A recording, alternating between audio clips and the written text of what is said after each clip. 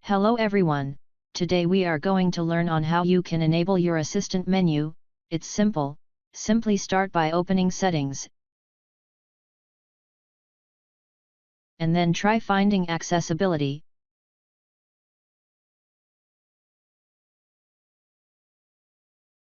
Then after getting this results go on interaction and dexterity. And as you can see here is our assistant menu, so click on it. And as you can see it's turned off, so simply set it on, and as you can see it suddenly started to appear.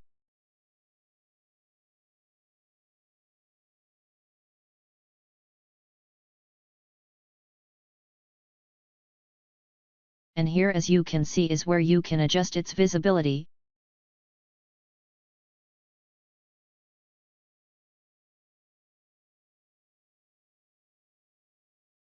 And as you can see if you even click on the home screen, the assistant menu will continue being there, and as you can see our assistant menu is consisted with the going back button, recent button, home button, screenshot taking button and brightness, and if you slide on the other you will see that it also has the screen off and the volume and AOO much more.